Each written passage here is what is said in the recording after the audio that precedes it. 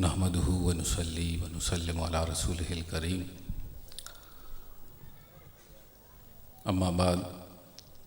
فاعوذ باللہ من الشیطان الرجیم بسم اللہ الرحمن الرحیم واصبر نفسک مع الذین یدعون ربهم بالغداة والعشی یریدون وجہہ ولا تعد عیناک عنہم صدق اللہ مولانا العظیم ان اللہ وملائکتہ یصلون علی النبی یا ایہا الذین آمنوا صلوا علیہ وسلموا تسلیما اللہم صلی علی سیدنا مولانا محمد وعلی آل سیدنا مولانا محمد وبارک وسلم وصلی علیہ ہو بذکر ساز کن نام خدا آغاز کن کفل ز سینہ باز کن مشغول شو در ذکر ہو۔ اور حضرت صابر پیا کا ایک بڑا خوبصورت شعر ہے کہ اس طرح ڈوب اس میں اے صابر کہ بجز ہو کہ غیر ہو نہ رہے، اور نگاہ عشق و مستی میں وہی اول وہی آخر، وہی قرآن وہی فرقان وہی یاسین وہی طٰہٰ۔ اور ایک بڑا خوبصورت نعت کا شعر ہے، چونکہ کل ہی اس بارگاہ سے واپسی ہوئی ہے کہ جس بارگاہ میں جانے کے لیے ہر صاحب ایمان ہمیشہ تڑپتا رہتا ہے۔ جمال گنبد خضرا عجیب ہوتا ہے، جمال گنبد خضرا عجیب ہوتا ہے، کسی کسی کو یہ منظر نصیب ہوتا ہے۔ کوئی آنکھیں کھول کر کے دیکھتا ہے اور کوئی جو ہے آنکھیں بند کر کے دیکھتا ہے۔ جو آنکھیں کھول کر کے دیکھتے ہیں تو وہ اس نظریے سے تصور میں تیری ہر شے پہ یوں نظریں جماتا ہوں، نہ جانے کون سی شے میں تیرا دیدار ہو جائے۔ اور جو آنکھیں بند کر لیتے ہیں وفی انفسکم افلا تبصرون کی جو ہے تفسیر بن جایا کرتے ہیں۔ جمال گنبد خضرا عجیب ہوتا ہے، کسی کسی کو یہ منظر نصیب ہوتا ہے، اس ایک لمحے کا احوال ہو سکے نہ بیاں، گناہ گار جب ان کے قریب ہوتا ہے۔ اور بڑے بڑے اسے جھک کر سلام کرتے ہیں، نبی کے در کا گدا کب غریب ہوتا ہے۔ دوستان محترم، جتنے بھی سامنے حضرات تشریف فرما ہے، آج کی یہ نشست مرکزی دارالعلوم اسلام آباد اور جن کی روح رواں شخصیت ہے حضرت علامہ مولانا مفتی ڈاکٹر ضمیر احمد ساجد صاحب دامت برکاتکم العالیہ تشریف فرما ہے، تو میں ان حضرات سے کہتا ہوں کہ ذرا ان سامنے ان چہروں پر نظر ڈالیں جو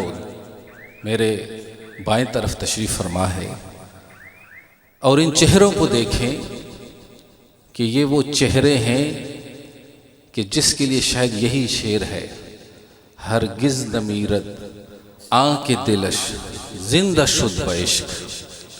سب تست بر جرید عالم دوام ما۔ کہ اب انہوں نے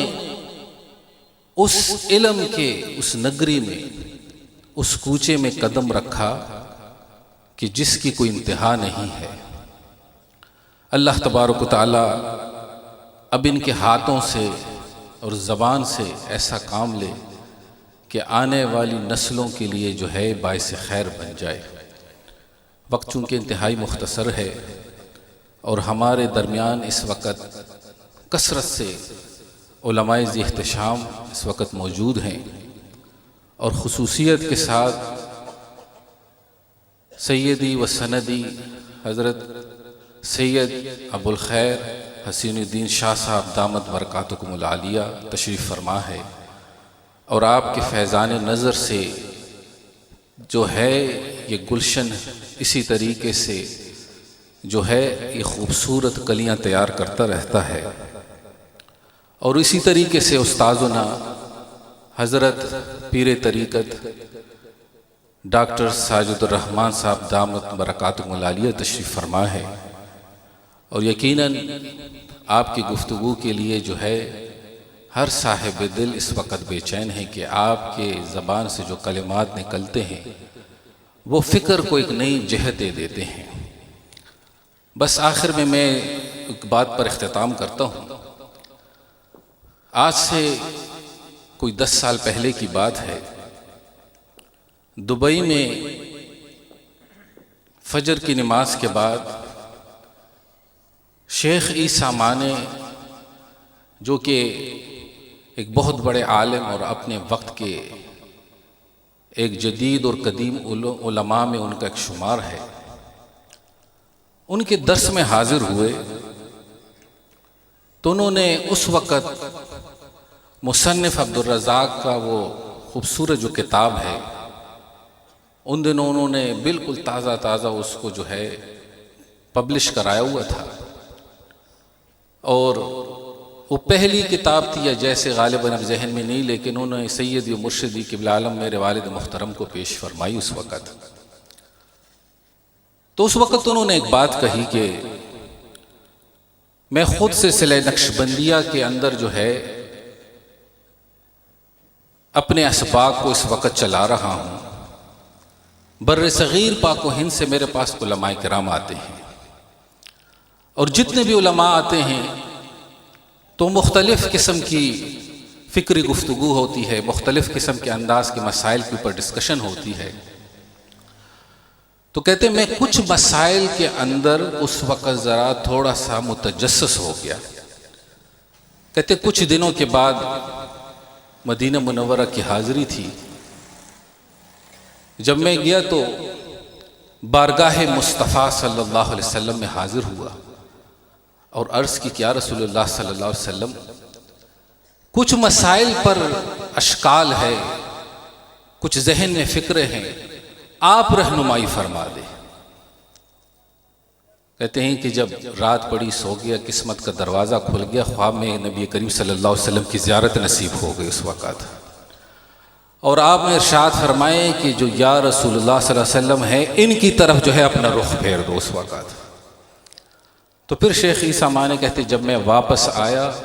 تو اللہ تبارک و تعالیٰ نے میرے ہاتھ سے پھر جو ہے